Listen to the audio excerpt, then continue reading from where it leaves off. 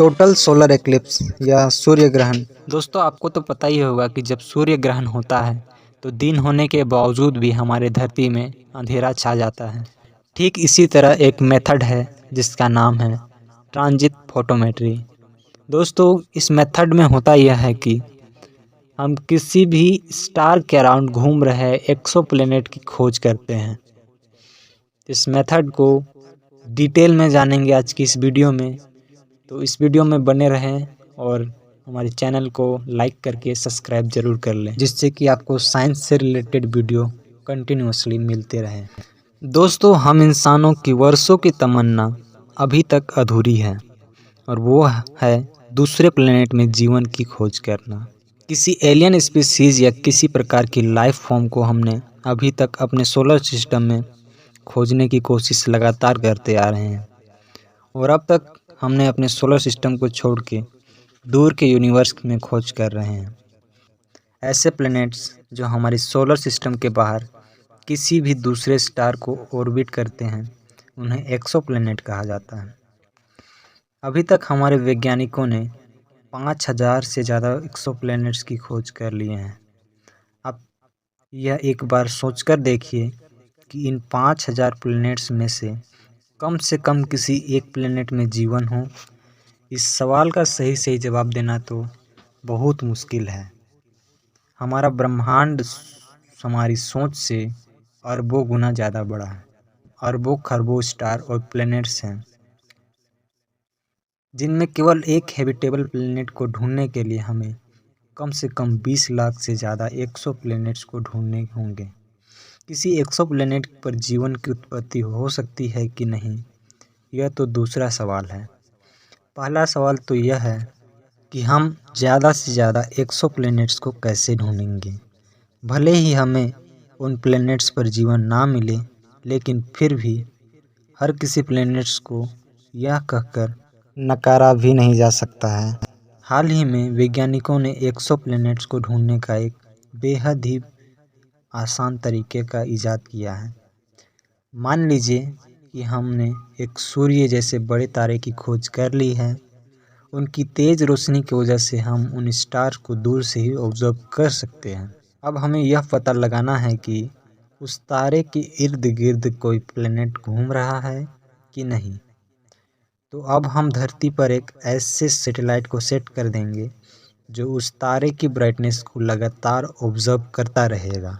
अब अगर उस स्टार के अराउंड कोई भी प्लैनेट है तो वह कभी ना कभी सैटेलाइट के लाइन ऑफ साइट और उस स्टार के बीच में ज़रूर आएगा, और जब ऐसा होगा तब हमें उस स्टार की चमक में बदलाव दिखाई देगा, यानी कि तारे की चमक में थोड़ी सी कमी दिखाई देगी। जैसे ही तारे की चमक में थोड़ी भी कमी आएगी, वैसे ही सैटेलाइट अपना डेटा कलेक्ट करना शुरू कर देगा। जैसे कि उस तारे की चमक में कितनी ज़्यादा कमी हुई और कितनी देर तक हुई। इस तकनीक से हमें उस प्लैनेट का साइज भी पता चल जाएगा कि किसी बड़े प्लैनेट की वजह से तारे की चमक में बहुत ज़्यादा फर्क आएगा, वहीं किसी छोटे प्लैनेट की वजह से तारे की चमक में ज़्यादा फर्क दिखाई नहीं देगा।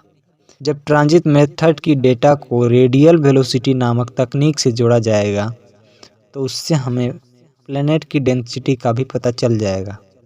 प्लैनेट की डेंसिटी की मदद से हम उस प्लैनेट की केमिकल कंपोजिशन और उसके फिजिकल स्ट्रक्चर के बारे में भी पता लगा पाएंगे। जब ट्रांजिट मेथड की डेटा को रेडियल वेलोसिटी नामक तकनीक से जोड़ा जाएगा तो उससे हम उस प्लैनेट की डेंसिटी का भी पता लगा पाएंगे तथा प्लैनेट के फिजिकल स्ट्रक्चर के बारे में भी पता लगा पाएंगे।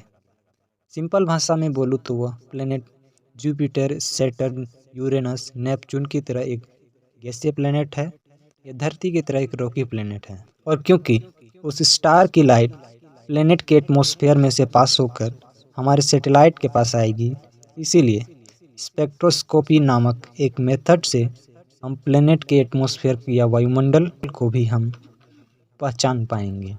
इसके अलावा ट्रांजिट मेथड से प्लैनेट के टेम्परेचर और रेडिएशन के बारे में भी हम पता लगा पाएंगे।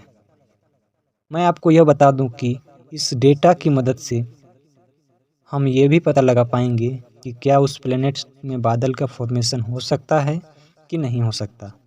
अब इतनी सारी अच्छी चीज़ों के बावजूद ट्रांजिट मेथड में कई सारी परेशानियां भी हैं। जैसे कि हम तारे की चमक में बदलाव तभी देख पाएंगे यदि वह प्लेनेट के बीच आता है। केवल 10% प्लेनेट ही ऐसे होते हैं जो कि एक पंक्ति में आते हैं और जिनके ऑर्बिट में घूमने का समय अंतराल कम होता है। ट्रांजिट मेथड की मदद से हम एक साथ हजारों स्टार को ऑब्जर्व कर सकते हैं, जो कि स्टार की चमक में बदलाव माप लेता है। लेकिन कई बार चमक में बदलाव का कारण कोई और भी हो सकता है, जैसे कि स्पेस में मौजूद डस्ट के बादल। इस मेथड की एक बहुत बड़ी परेशानी है। इसकी मदद से हम केवल आधी उम्र बीत चुके स्टार को ही ऑब्जर्व कर सकते हैं। जो स्टार काफ़ी ज़्यादा यंग हैं, इनके आसपास के प्लैनेट्स को ढूंढ पाना ट्रांजिट मेथड से बहुत मुश्किल या लगभग नामुमकिन है, क्योंकि स्पेस में काफ़ी ज़्यादा डस्ट के पार्टिकल और डस्ट के बादल हैं, जो कि ट्रांजिट मेथड में बहुत सारी खामियों को भर देती है। क्योंकि डस्ट के बादल भी लाइट के ब्राइटनेस को, किसी स्टार के ब्राइटनेस को कम ज़्यादा कर सकते हैं,